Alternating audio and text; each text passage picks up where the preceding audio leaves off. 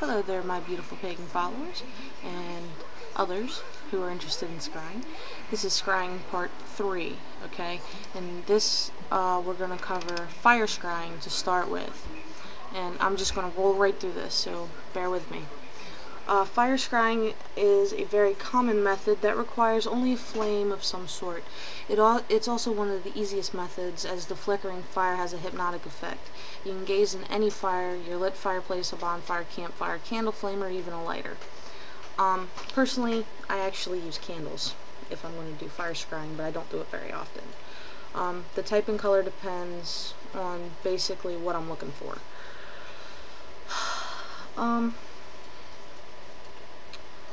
Let's see.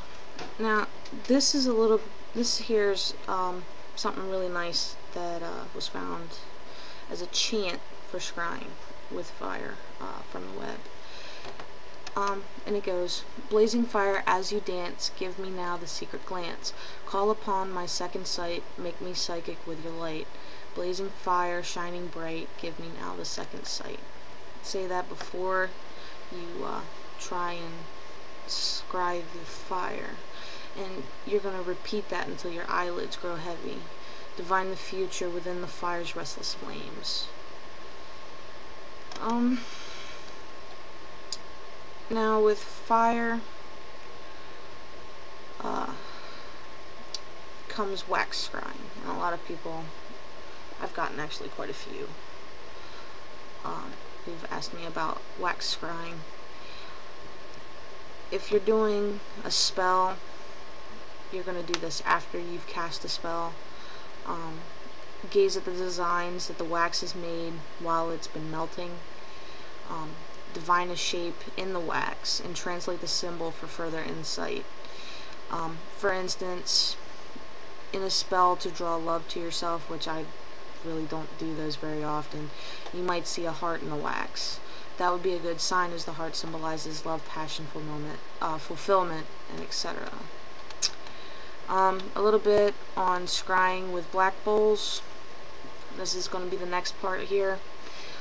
It's easiest to construct your own black bowl simply by a black bowl, or you can use your cauldron, or you can paint the outside of a clear Pyrex bowl with black paint.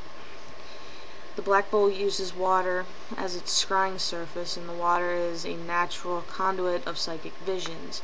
Use water, ink, herbal teas such as mugwort, or sacred water. For sacred water, I'll give you a quick recipe later on down the line. You'll be able to find what sacred water is and the recipe for it in one of my later herbal videos. Pendulums have to be one of the most common things that I hear people using. I myself have a pendulum. Sometimes all we need is a simple yes or no answer. Pendulums work great here, although they can get much more specific than that.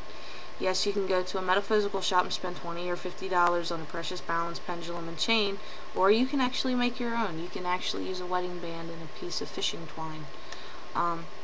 Or you can tie a thin white or red natural string to a gold ring, like a wedding ring. A needle, a crystal tip, an acorn, a hazelnut, or an herb bundle. Hazelnuts make particularly good pendulums, as they are associated with wisdom, occult knowledge, and dowsing. To make an herbal pendulum, tie a string tightly around one end of an herb bundle. Before using your pendulum, you must charge it. It is a must. And there are various ways of doing this. The important thing to remember is that whatever works best for you is the best. Hold the string in your hand between the thumb and the first finger, like this, letting the string hang down. Tell your pendulum which direction will indicate yes. It can be clockwise or counterclockwise, or a straight line, either horizontal or vertical, you decide.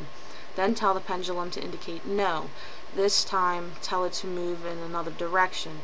After you've charged it, ask it to show you yes and see if it moves as you have directed it to. And then do the same for no.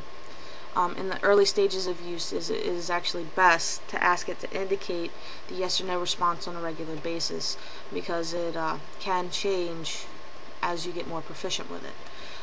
Pendulums work directly from our subconscious. The basis of using a pendulum is more of like an idiometer action.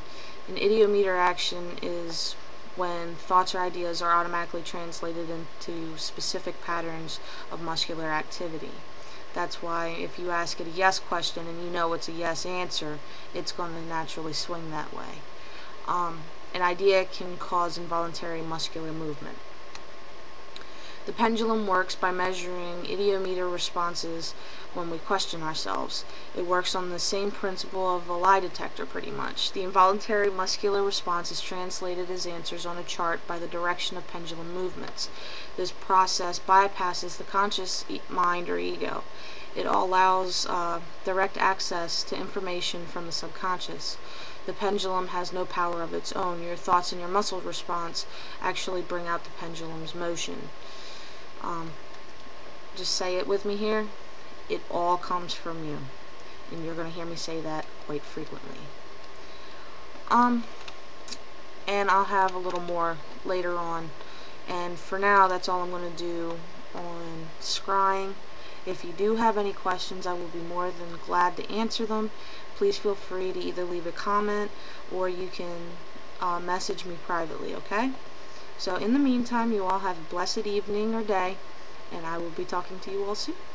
So peace and have a good day.